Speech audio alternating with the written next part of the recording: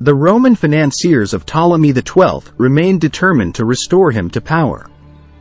Pompey persuaded Aulus Gabinius, the Roman governor of Syria, to invade Egypt and restore Ptolemy XII, offering him 10,000 talents for the proposed mission.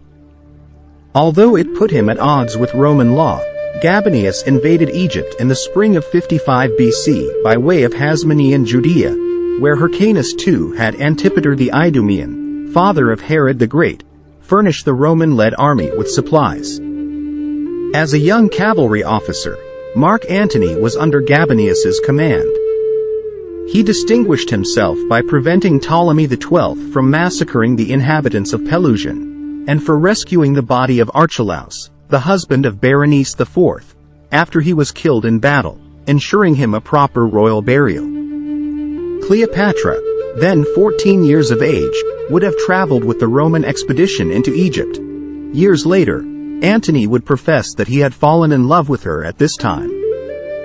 Gabinius was put on trial in Rome for abusing his authority, for which he was acquitted, but his second trial for accepting bribes led to his exile, from which he was recalled 7 years later in 48 BC by Caesar.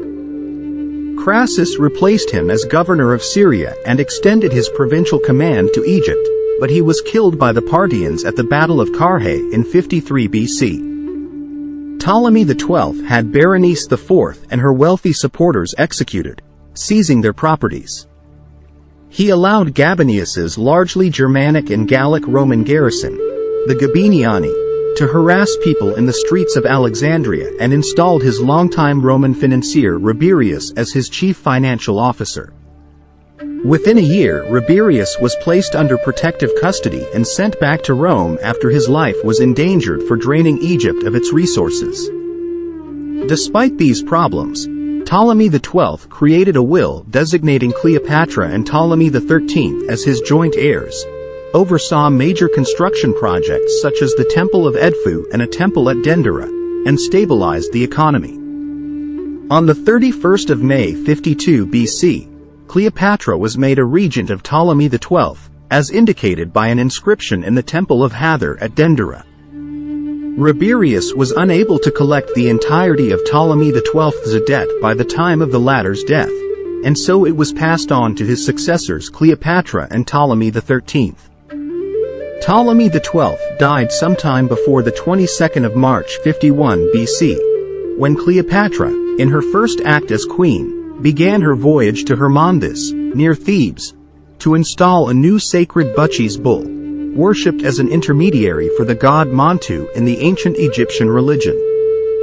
Cleopatra faced several pressing issues and emergencies shortly after taking the throne. These included famine caused by drought and a low level of the annual flooding of the Nile, and lawless behavior instigated by the Gabiniani, the now unemployed and assimilated Roman soldiers left by Gabinius to garrison Egypt. Inheriting her father's debts, Cleopatra also owed the Roman Republic 17.5 million drachmas.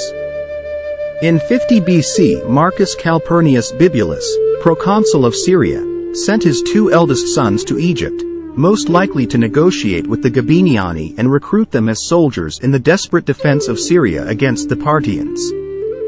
The Gabiniani tortured and murdered these two, perhaps with secret encouragement by rogue senior administrators in Cleopatra's court.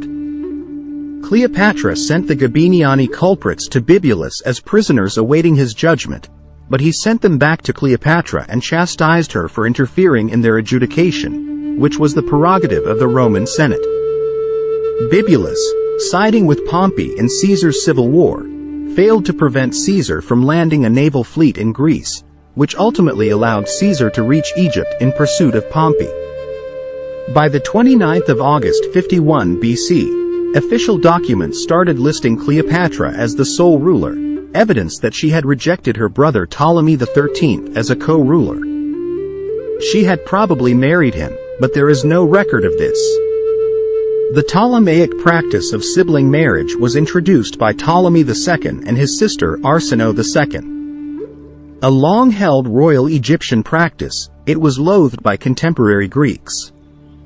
By the reign of Cleopatra, however, it was considered a normal arrangement for Ptolemaic rulers.